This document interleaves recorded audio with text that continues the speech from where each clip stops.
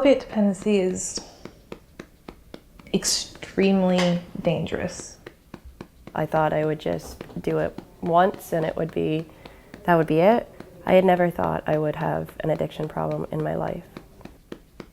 My biggest fears were her having to go on morphine and having to go to the NICU. And that is the last thing that I wanted. And I knew that if that was going to happen to her, that was completely my fault. That was completely because of the choices that I made and my inability to realize that I had a problem before I did, and that she would be stuck in there alone in a NICU for like 4 weeks. And that would be my fault.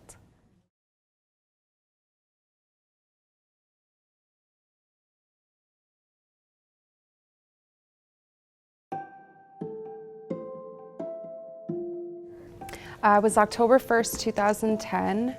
We went to Ottawa for a friend's birthday party. We ended up having a couple drinks. I don't usually wear heels, so when we went out that night, I wore about a 2-inch heel. It was not a very big heel at all. The bar that we went to, the dance floor was kind of tiered, so when we were dancing, I kind of walked backwards and I fell off of it. I tried to catch myself from behind, and when it did, I broke my ulna in 3 places, my radius twice, and shattered my wrist. We went to the hospital right away. They told me that I had broke my arm, and they just gave me 4 pills to take home with me. I didn't know what they were at the time. They just said to take 2 of them for the ride home to help with the pain. They were PER-CAPITAs. Now I know that. And that's the first time that I've ever taken them.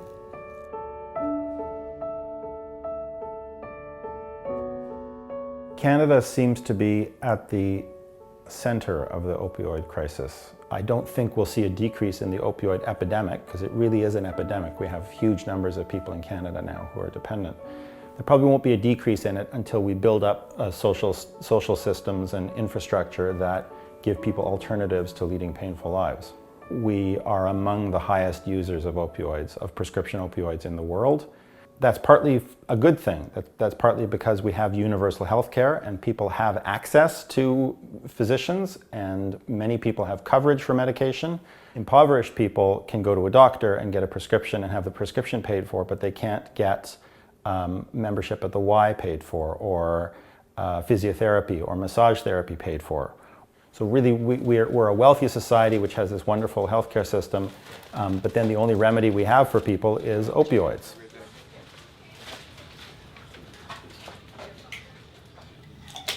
I started the painkillers about 3 years ago. I have back pains. There's 2 different curves in my spine, and I have sciatica.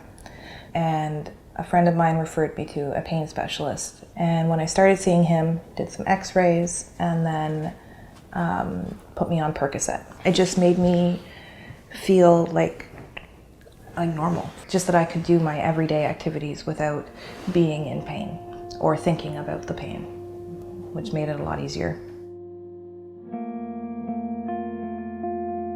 My life revolved around either finding someone who could get me pills or finding money to get pills. That was the first thing I thought about when I woke up, and whether I'd have enough to get through a day. It controlled my day from the time I got up till, well, even I'd wake up in the night. So I guess it was always controlled my life.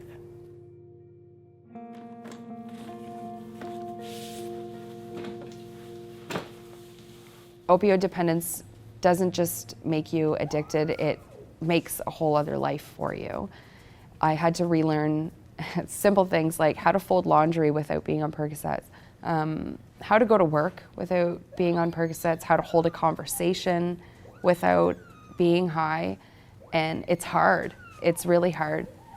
It completely changes the type of life that you have. I went to my family doctor to get a prescription renewed. And he said, well, you know, you've been on it for about 4 years now. Do you just want to try cutting the dose in half for a month, and then you should be good to go from there? So my prescription I took it faster than I should have. And so I was stuck for about like 2 weeks, and then I ended up finding people who had them who would just say, yeah, here you go, you know, like take some of them. When I went back to my doctors, we just cut the medication off from there, and that's when I went into withdrawal again. I had some stolen from me once, so I ran out early, and that's it till your next prescription is made. Going through the first round of withdrawal was shocking for me. You're vomiting and sweating and shaking and crying for no reason. But I couldn't sleep. I had migraines, I felt hot, I felt cold, I felt nauseous, and they would come and go in waves, and it made it almost impossible to function. It feels like you have the flu times 100. It's awful. I would never wish it on anyone. I ended up caving and I took the pills, and you know, an hour later, all of it's gone. I've been that outsider looking in and saying, you know, how easy it is. Well, why don't you just stop, right? And it's not that simple. My whole life revolved around it, but it tore apart like everything that I had. You know, it eats away at everything. I was selling things I shouldn't have been selling. I was pawning off items in our home, and I was hiding it from everybody. I hid it from my whole family. Some of them still don't know about it.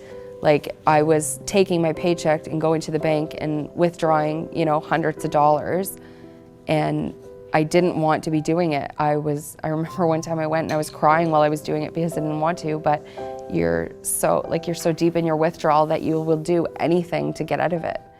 I started looking up treatment centers and treatment, like addiction specialists and stuff, and that's when I'd started on the Suboxone.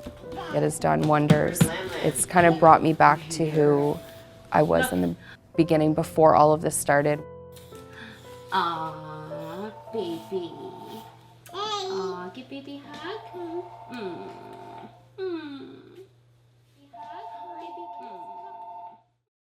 The withdrawal from opioids is uniquely dangerous to pregnant women and their babies. Pregnant women, it causes irritation and contraction of muscles all over, which gives the sort of jumpy legs feeling that a lot of addicts get when they're in withdrawal. Pregnant women will also get an irritated uterus that starts to contract, and that can possibly lead to preterm labor with all of the dangers that involves for a very premature baby. So in an infant suffering from severe withdrawal, that discomfort and instability of the nervous system can actually lead to seizures, and in some cases has been fatal. So the funny thing about opioids in pregnancy is that most of the damage that comes to opioid injection drug users comes from the fact that the opioids are made illegal.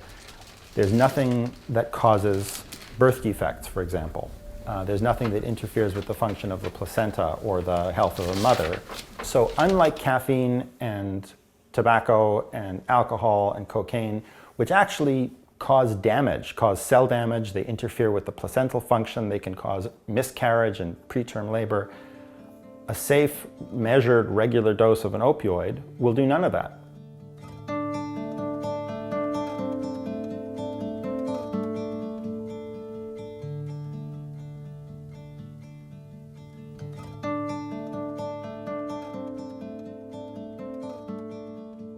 When I found out I was pregnant, I was pretty shocked. Me and my husband, we weren't planning a pregnancy, but we weren't disappointed in a pregnancy by any means. We'd been together for 9 years at that point. The timing that happened with me was extremely lucky because I had just started the Suboxone program 4 weeks before I got pregnant, before I'd conceived.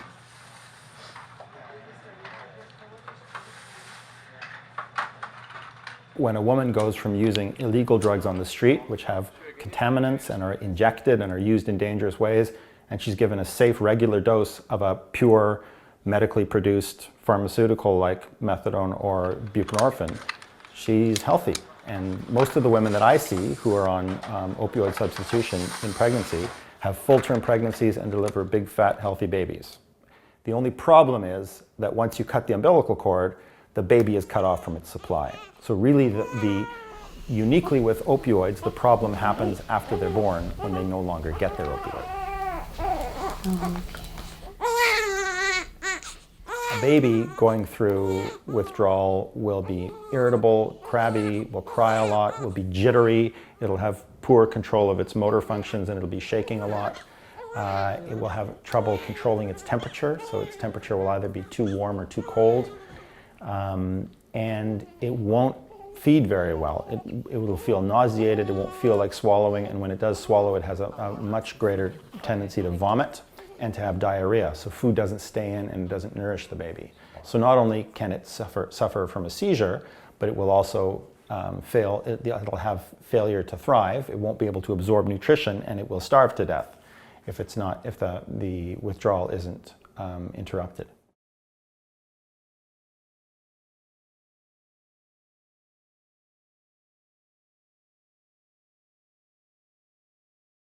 Our society has a huge desire to medicalize things. We medicalize the hell out of everything.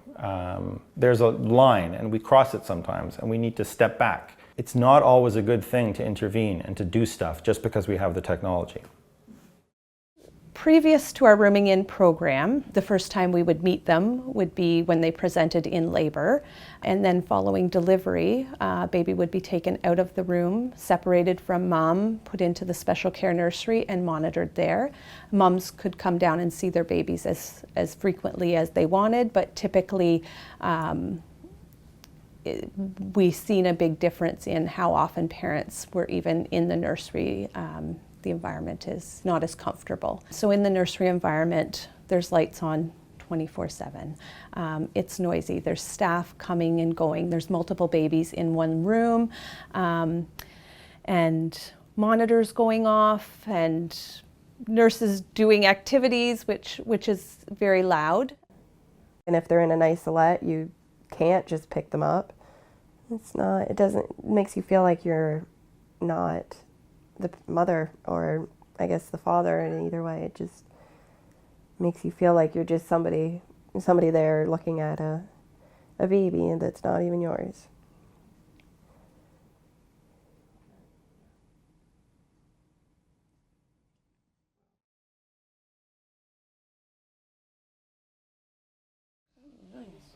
What are you doing?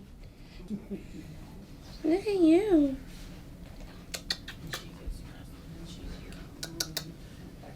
Abrahams and his team found that if they leave the babies with the mothers and let the mothers comfort the babies continually and keep the baby in contact with its mother, they rarely had to start morphine on those babies.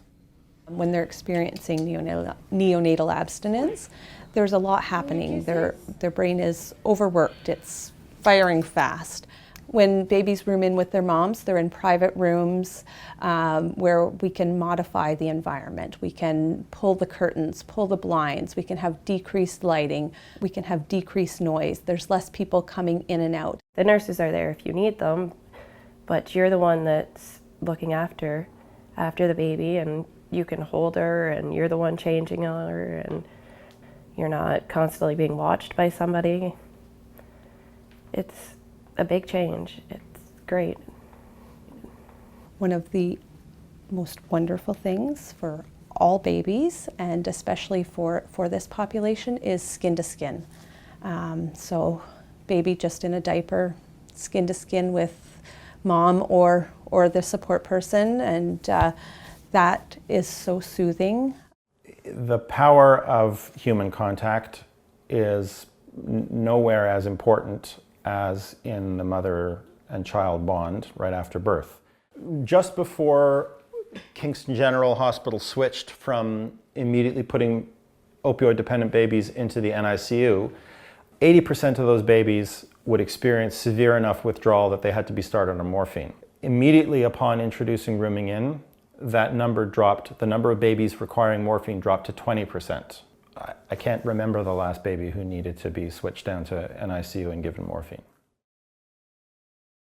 I was so worried about being judged that knowing that when I went in there, everybody knew why I was staying for 5 days. There's a lot of stigma around substance use, especially during pregnancy. They are concerned that they're going to be judged, and they feel guilty. They feel immense guilt. Part of what we do is try to alleviate some of that fear, that we're not here to judge them. We're here to work with them and provide the best care for them and for their babies.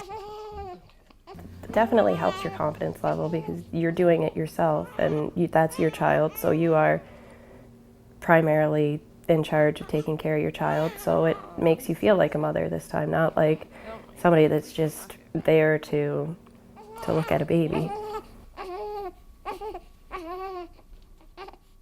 I got a lot of support. All of the nurses that came in, they were tremendously supportive. They had answered any questions that I had. Everything went great, and I got to leave the morning of day 5. Now you want to keep them on? You can keep your shoes on? You can take them off if you want. So the really wonderful thing about rooming in is that it has allowed mothers who are on methadone or buprenorphine to feel like normal, competent mothers. And because in fact they are. The person who is most able to comfort a baby is its mother. Seeing that baby come to her and in her arms settle down when it's been screeching and crying, I think is enormously confidence inspiring, and especially in the case of women who have experienced trauma and who have experienced loss and who may have had difficult and turbulent childhoods themselves.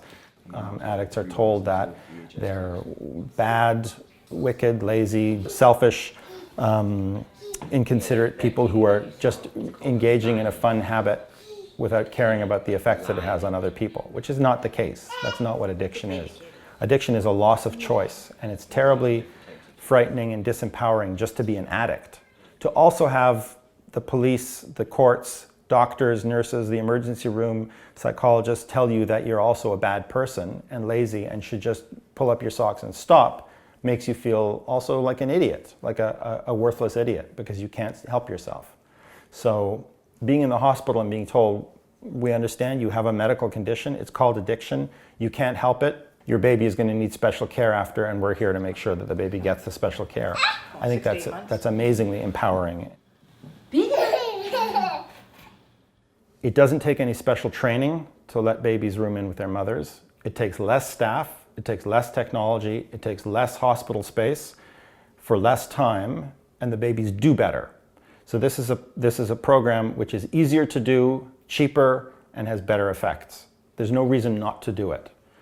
It's only inertia and laziness that would make a hospital continue to routinely separate an opioid-dependent baby from its mother and put it in the NICU under the mistaken belief that somehow that's going to be good care for the baby. It will not be good care. The baby will experience more severe withdrawal because it's been separated from its mother. It will require morphine.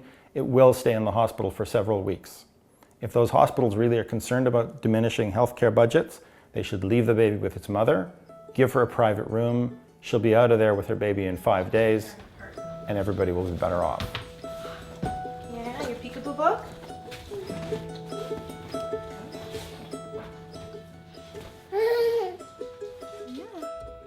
Can't be happier. It makes me feel so good that I was able to keep her healthy in the first place, and then show her everything, see how she thrives and just grows.